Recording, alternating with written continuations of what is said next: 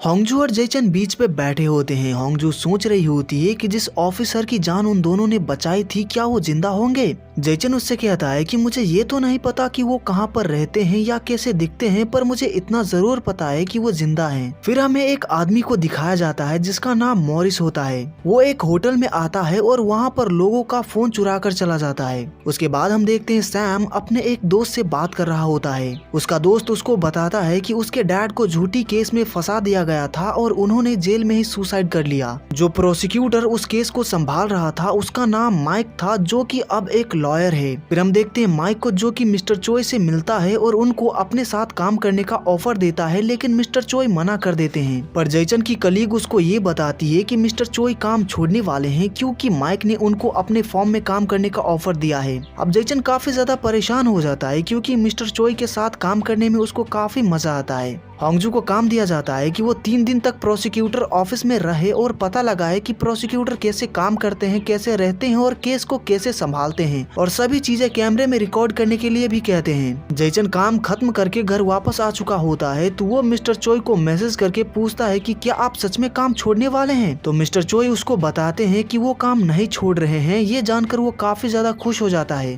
तभी सैम जेचन को एक सुसाइड नोट देता है जो कि उसके फ्रेंड के डैड ने मरने से पहले लिखा था। उसके फ्रेंड ने उसको जो कुछ भी बताया था वो सभी वो जेचन को बताता है। वो जेचन को उस नोट को एक बार चेक करने के लिए कहता है और साथ ही उसको ये भी बताता है कि इस केस को माइक हैंडल कर रहा था। अब माइक का नाम सुनकर जेचन उस नोट को एक बार चेक करता है। फिर हम मॉरिस को देखते हैं जो कि फोन चुराकर अपने घर आता है। तभी एक फोन में एक मैसेज आता है जिसमें लिखा होता है कि मेरा फोन मुझे वापस लौटा दो, उसके बदले मैं तुम्हें 10 मिलियन वॉन दूंगा। अब मॉरिस समझ जाता है कि उस फोन में कुछ तो बहुत ही इम्पोर्टेंट है जिसके बदले उसको इतने सारे पैसे मिल रहे हैं। तो वो जैसे तैसे उस फोन का लॉक खोलता है और उसके सभी चीजें वो पेन ड्राइव में कॉपी कर लेता है। फिर अगले दिन जब सभी होंगजू के घर पे ब्रेकफास्ट कर रहे होते हैं तो होंगजू जेचन से पूछती है कि जिस ऑफिसर की हमने जान बचाई थी क्या उन्हें हमारे बारे में सपने आते होंगे। तभी डेविड कहता है कि शायद आते होंगे क्योंकि तुमने जेचन की जान बचाई थी इसीलिए उसको तुम्हारे सपने आते हैं। जेचन ने मेरी जान बचाई थी इसीलिए मुझे उसके सपने आते हैं। तो तुम दोनों ने उनकी जान बचाई थी तो हो सकता है कि उन्हें तुम दोनों के सपने आते होंगे। होंगजू जेचन को बताती है कि वो आज से 3 दिन तक प्रोसिक्यूटर्स ऑफिस में रहने वाली है और वहाँ पर क्या काम करने वाली है। फिर वो दोनों साथ में प्रोसिक्यूटर ऑफिस जाते हैं और होंगजू अपना काम भी शुरू कर देती है। फिर हम मॉरिस को देखते हैं जो कि फोन लौटाने आया होता है और उसके बदले उसको काफी सारे पैसे भी मिलते हैं। लेकिन तभी वहाँ पर कुछ लोग आ जाते हैं उन दोनों को पकड़ने के लिए, तो वो दोनों वहाँ से भागने लगते हैं। पर उन दोनों को डेविड और उसका सीनियर भागते हुए देख लेते हैं और उन्हें कुछ भी ठीक नहीं लगता, इसीलिए वो उन दोनों को पकड़ लेते हैं। पर वो आदमी अपना फोन पानी में फेंक देता है क्योंकि वो नहीं चाह रहा होता है कि वो फोन पुलिस के हाथ लग जाए क्योंकि उसमें बहुत ही इम्पोर्टेंट चीज होता है। उसके बाद हम देखते हैं जेचन नाइट शिफ्ट पे होता है और होंगजू भी वहीं पर होती है, तो वो सब कुछ रिकॉर्ड कर रही होती है कि जेचन कैसे काम करता है। तभी पुलिस ऑफिसर जेचन के पास मॉरिस को लेकर आते हैं ताकि जेचन उससे पूछताछ करके पुलिस को अरेस्ट वारंट दे। जेचन पूछताछ शुरू करता है तो मॉरिस कहता है कि मैं श्योर नहीं हूँ कि आप मेरी बातों पे यकीन करेंगे, लेकिन मैं पहले एक सिविल सर्वेंट था, पर मेरे भाई की काफी ज्यादा तबीयत खराब हो गई थी जिसमें मेरे सारे पैसे खर्च हो गए थे और मेरी पत्नी भी मुझे छोड़कर चली गई थी, लेकिन मैं अपने भाई को बचा नहीं पाया। मेरी एक बेटी है जिसका कुछ महीनों पहले एक एक्सीडेंट हो गया था, वो मेरे बिना पानी तक नहीं पी सकती। कोरिया में ये इम्पॉसिबल है कि आप अपना काम भी करें और अपने बच्चे का ख्याल भी रखें, इसीलिए मैंने अपनी नौकरी छोड़ दी और चोरी करने लगा। मुझे पता है कि मैंने क्राइम किया है और मैं इन्वेस्टिगेशन में पूरा कोऑपरेट भी करूंगा, बस मुझे आप जेल में मत डालिएगा क्योंकि मेरी बेटी घर पे अकेली है, वो मेरे बिना मर जाएगी। मॉरिस काफी ज्यादा रोने लगता है। जेचन को मॉरिस के लिए काफी ज्यादा बुरा लगता है तो वो मॉरिस से उसके घर का एड्रेस मांगता है और फिर वो उसके घर जाता है। मॉरिस का घर लॉक्ड होता है, वहाँ पर कोई भी नहीं होता है। तभी वहाँ की लैंडलॉर्ड से जेचन को पता चलता है कि मॉरिस की कोई बेटी ही नहीं है, वो अकेला रहता है। जेचन को अपने आप पे काफी ज्यादा गुस्सा आने लगता है कि उसने एक चोर की बातों पे यकीन कर लिया। वो काफी ज्यादा अपसेट होकर एक जगह पर बैठा होता है। तभी वहाँ पर होंगजू आ जाती है तो वो उसको सभी बातें बताता है कि मॉरिस ने झूठ कहा था, उसकी कोई बेटी नहीं है। होंगजू कहती है मैंने मॉरिस के बारे में पता लगाया तो मुझे पता चला कि उसकी एक बेटी थी, लेकिन 10 साल पहले, और उसकी बेटी का सच में एक एक्सीडेंट हो गया था।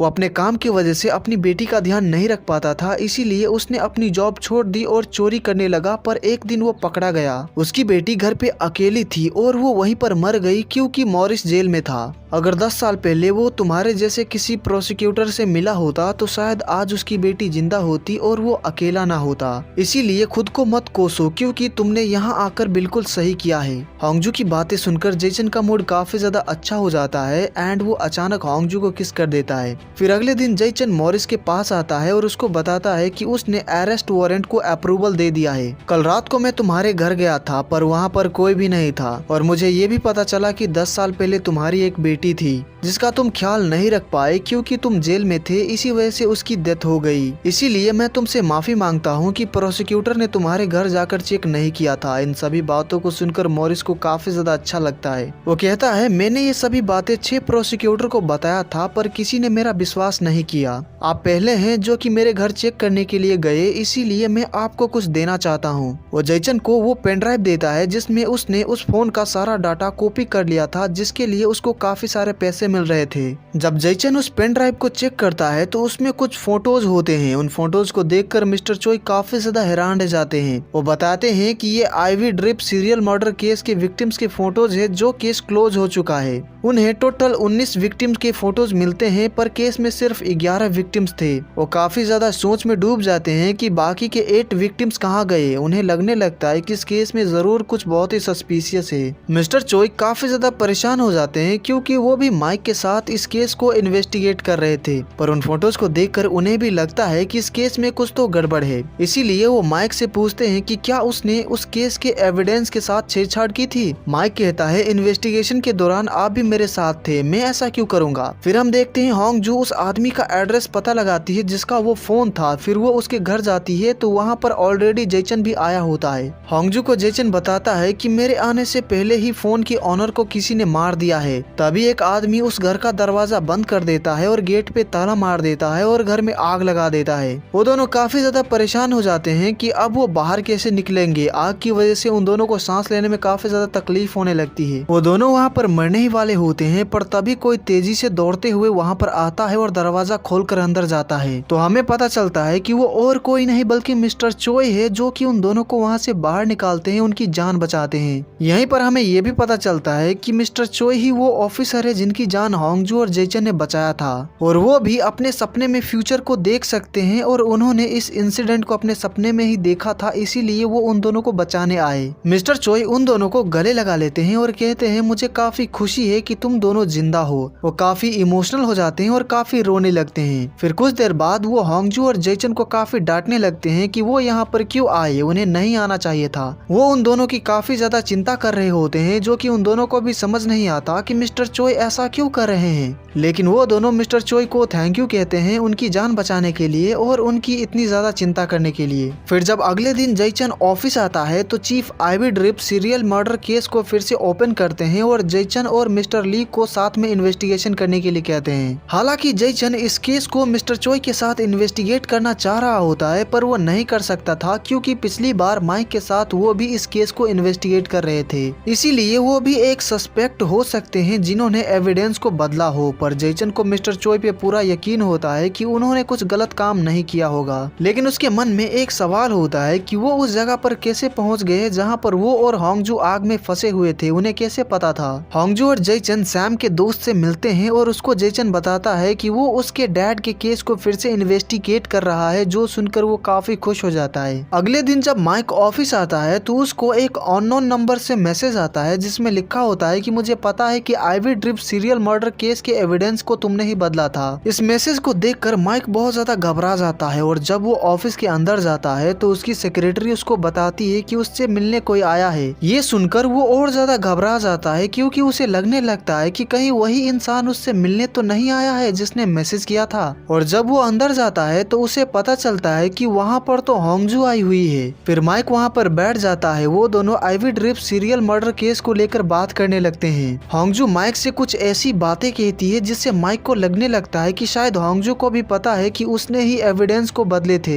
इसीलिए वो काफी ज्यादा टेंशन में आ जाता है। वहीं जेचन और मिस्टर ली केस के इन्वेस्टिगेशन में लगे होते हैं। मिस्टर ली काफी सोच में डूबे होते हैं कि आखिर एविडेंस किसने बदले होंगे, माइक ने या फिर मिस्टर चोई ने। लेकिन जेचन को माइक पे शक होता है क्योंकि 13 साल पहले जब माइक उसको ट्यूशन पढ़ाता था तो उसने उस वक्त उसके रिपोर्ट कार्ड में उसके मार्क्स बदले थे ताकि उसे कुछ ज्यादा पैसे मिल सके। माइक अपने ऑफिस में बैठा होता है, तभी उसको फिर से मैसेज आता है। मैसेज में लिखा होता है कि अगर मैं पकड़ा गया ना तो मैं प्रोसिक्यूशन को बता दूंगा कि एविडेंस तुमने बदले थे। इस मैसेज को देखकर वो काफी ज्यादा परेशान हो जाता है और रिप्लाई करता है कि चलो हम मिलते हैं, बताओ कहाँ पर आना है। तो उसको मैसेज आता है कि आज रात को तुम्हारे ऑफिस में 9 बजे मिलते हैं। जयचन मिस्टर चोई के पास जाकर उनसे पूछता है कि वो उस जगह पर कैसे पहुंच गए थे, मतलब कि वो और होंगजू वहीं पर थे, ये बात उन्हें कैसे पता चला था। मिस्टर चोई कहते हैं मैं तुम्हें समझा तो नहीं सकता, पर मुझे किसी वजह से पता चल गया था कि तुम दोनों खतरे में हो। उनका जवाब सुनकर जयचन अभी भी सेटिस्फाइड नहीं होता है। काफी इन्वेस्टिगेशन करने के बाद जयचन को पता चलता है कि जिस आदमी ने उस घर में आग लगाई थी वो दरअसल एक लेडी थी। फिर जब माइक से वो आदमी मिलने आता है जो उसको मैसेज कर रहा था, दरअसल वो एक लेडी होती है जिसका नाम किम सूजी होता है। लेकिन माइक सूजी को बिल्कुल भी नहीं जानता, वो उससे कभी भी नहीं मिला। सूजी उससे कहती है कि मैंने 20 लोगों को मार दिया था, पर तुमने एविडेंस के साथ छेड़छाड़ की थी जिससे मैं अपनी जिंदगी बहुत अच्छे से जी रही थी बिना जेल गए, और ये सब तुम्हारी वजह से हुआ, इसीलिए मैं तुम्हारी आभारी हूँ। फिर हम देखते हैं होंगजू अपने सीनियर और चीफ के साथ मिलकर केस को लेकर डिस्कस कर रही होती है। दरअसल उन्होंने भी काफी ज्यादा छानबीन करके पता लगा लिया होता है कि असली अपराधी एक लेडी है जिसका नाम किम सूजी है। सूजी भी उसी हॉस्पिटल की एक पेशेंट थी और वो भी उसी रूम में थी जहाँ पर वो 11 विक्टिम्स थे, और वो उस रूम में भी रही थी जहाँ पर बाकी के 8 विक्टिम्स थे। उन्हें ये पता होता है कि उसने ही मर्डर किए थे, पर वो एक पेशेंट थी इसीलिए उसके ऊपर शक नहीं गया, लेकिन उन्हें ये पता नहीं होता कि उसने मर्डर क्यों किया था। वहीं सूजी माइक को बताती है कि वो बहुत ज्यादा बीमार थी और दिन ब दिन उसकी तबीयत और ज्यादा खराब होती जा रही थी, लेकिन उसी रूम के पेशेंट ठीक हो रहे थे जिससे वो लोग काफी खुश थे। उनकी खुशी सूजी से देखा नहीं गया, इसीलिए उसने सबको मार दिया। माइक काफी ज्यादा हैरान रह जाता है कि उसने बस इतनी सी बात के लिए इतने सारे लोगों को मार दिया। सूजी को उस वक्त लगा था कि अब वो अपनी पूरी जिंदगी जेल में बिताएगी, लेकिन माइक ने किसी और को पकड़ लिया था। तो सूजी माइक से कहती है कि तुम्हें मुझे बचाना होगा, अगर तुम ऐसा नहीं करते हो, अगर मैं पकड़ी गई तो मैं तुम्हारा सच सबको बता दूंगी। माइक काफी परेशान हो जाता है कि अब वो क्या करे। वो काफी ज्यादा सोचता है और कहता है मैंने एविडेंस बदले थे, शायद ये एक और इंसान को पता है। फिर अगले दिन जब होंगजू अपने ऑफिस में होती है तो माइक उसको मैसेज करके कहता है आज क्या तुम मेरे ऑफिस रात को 8 बजे आ सकती हो, मुझे एक इंटरव्यू देना है। मिस्टर ली ने मिस्टर चोई के पर्सनल इंफॉर्मेशन पता लगाया होता है जो कि जयचन भी देखता है, तो उसे पता चल जाता है कि मिस्टर चोई पहले एक पुलिस ऑफिसर थे और जिस पुलिस स्टेशन में वो काम करते थे वहीं पर उसके डैड भी काम करते थे।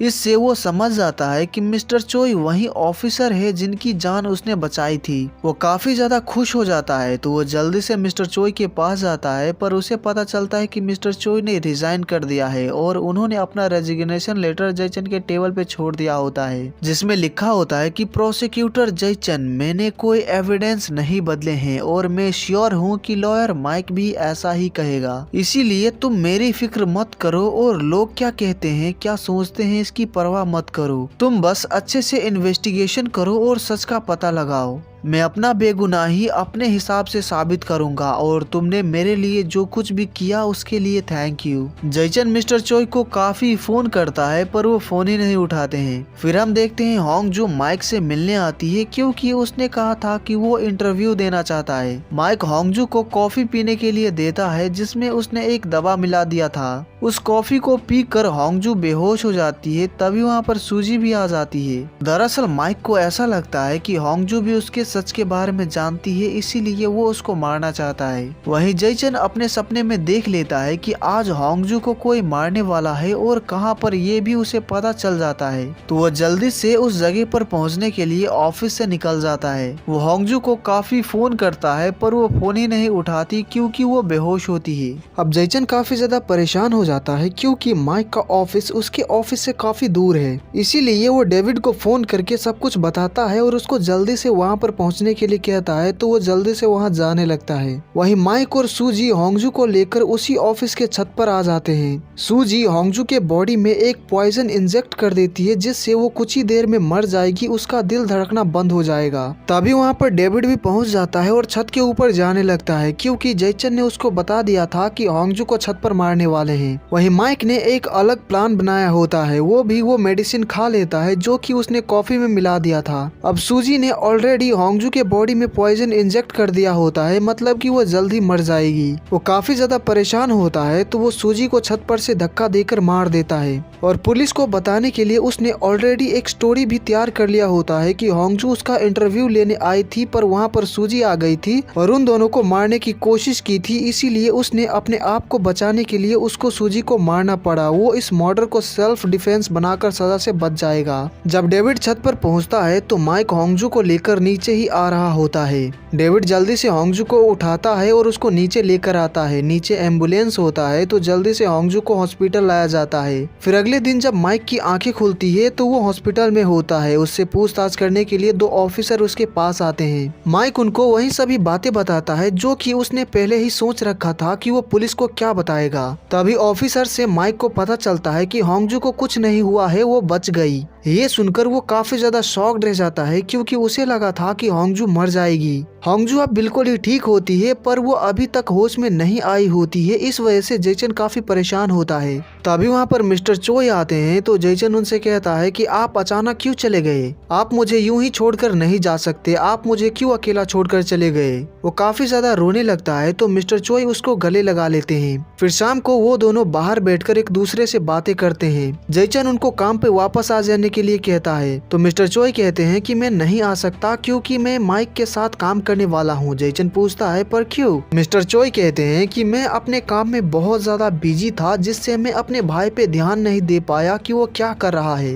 वो गलत रास्ते पे चला गया और कई लोगों की जान ले ली जिसमें मेरे चीफ यानी कि तुम्हारे डैड भी थे। मैंने अपने भाई पे ध्यान नहीं दिया, मेरी वजह से ही वो क्रिमिनल बन गया जिसका आज तक मुझे पछतावा है। मुझे लगता है कि माइक भी गलत रास्ते पे चला गया है और मैं नहीं चाहता कि वो और ज्यादा गलत काम करे, इसीलिए मैं उसको सही रास्ते पे लाना चाहता हूँ क्योंकि वो मेरे छोटे भाई जैसा है। और तुम्हें अपना इन्वेस्टिगेशन जारी रखना होगा ताकि इसके पीछे जो कोई भी है वो पकड़ा जाए। जैचन पूछता है कि आपको कैसे पता चला कि मैं आपको यहाँ पर मिलूंगा। मिस्टर चोई कहते हैं ऐसा समझो कि मेरे पास कोई सुपर पावर है। इससे जैचन समझ जाता है कि वो भी अपने सपने में फ्यूचर देख सकते हैं। वो दोनों और भी काफी सारी बातें करते हैं और काफी इमोशनल भी हो जाते हैं। होंगजू भी ये सब अपने सपने में देख लेती है जिससे उसकी आंखों से भी आंसू आ जाते हैं। उसके अगले दिन जब जैचन ऑफिस में होता है और अपने कलीग्स और चीफ के साथ बैठकर इन्वेस्टिगेशन के बारे में बात कर रहा होता है तभी जैचन को मैसेज आता है कि होंगजू को होश आ गया है। तो वो जल्दी से हॉस्पिटल पहुंचता है और होंगजू से मिलता है। वो काफी ज्यादा खुश हो जाता है कि होंगजू अब बिल्कुल ही ठीक है। अब होंगजू को भी पता चल चुका होता है कि मिस्टर चोई ही वो ऑफिसर है जिनकी जान उसने बचाई थी क्योंकि सब कुछ उसने अपने सपने में देख लिया था। होंगजू अब होश में आ चुकी होती है और जिस वक्त माइक और सूजी ने उसको मारने की कोशिश की थी वो पूरी तरह से बेहोश नहीं थी, थोड़ा बहुत वो होश में ही थी। तो उसने माइक को भी देख लिया था और उसकी बातें भी सुन ली थी। इसी वजह से माइक का ट्रायल होता है और जैचन ने काफी अच्छे से इन्वेस्टिगेशन किया होता है। उसने ये भी पता लगा लिया होता है कि ivy drip serial murder case के एविडेंस के साथ उसने ही छेड़छाड़ की थी। माइक ने सूजी को मार दिया और होंगजू को मारने की कोशिश की और साथ ही एविडेंस को भी बदला था जिसका काफी सबूत जैचन के पास होता है। तो जैचन प्रूव कर देता है कि वो सभी काम माइक ने ही किए थे। जज बताते हैं कि माइक को क्या सजा दी जाएगी उसका फैसला वो अगले दिन सुनाएंगे। माइक एक लॉयर होता है इसीलिए उसने पहले ही कोर्ट से अपील किया था कि सजा से पहले उसको गिरफ्तार नहीं किया जाएगा। अब माइक काफी ज्यादा गुस्से में होता है क्योंकि उसको सजा से अब कोई नहीं बचा सकता और साथ ही उसको बचाने के लिए मिस्टर चोई ने उसकी मदद नहीं की। इससे वो और ज्यादा गुस्सा हो जाता है और मिस्टर चोई को गाड़ी से उड़ा देता है। इससे मिस्टर चोई RIP रेस्ट इन पीस हो जाते हैं जिससे जैचन काफी ज्यादा दुखी हो जाता है। मिस्टर चोई की मौत से उसके सभी कलीग्स काफी ज्यादा दुखी होते हैं। वही जैचन उनकी मौत से पूरी तरह से टूट चुका होता है तो होंगजू उसको संभालती है। अब माइक ने पहले ही कई क्राइम किए थे और उसने मिस्टर चोई को भी मार दिया जिसके लिए उसको उम्र कैद की सजा दी जाती है। फिर 1 साल बीत जाते हैं और हम देखते हैं होंगजू और जैचन मिस्टर ली और मिस सन के वेडिंग पे आए होते हैं। वो दोनों साथ में काम करते थे इसीलिए उन दोनों को एक दूसरे से प्यार हो गया और उनकी आज शादी भी हो जाती है। फिर कुछ महीनों बाद जैचन और होंगजू भी शादी कर लेते हैं और अब उन दोनों को ज्यादा सपने भी नहीं आते हैं, उनको अब बहुत ही कम सपने आते हैं। वो दोनों साथ में बहुत ज्यादा खुश होते हैं और अपनी जिंदगी अच्छे से जी रहे होते हैं। एंड ये ड्रामा यहीं पर खत्म हो जाता है।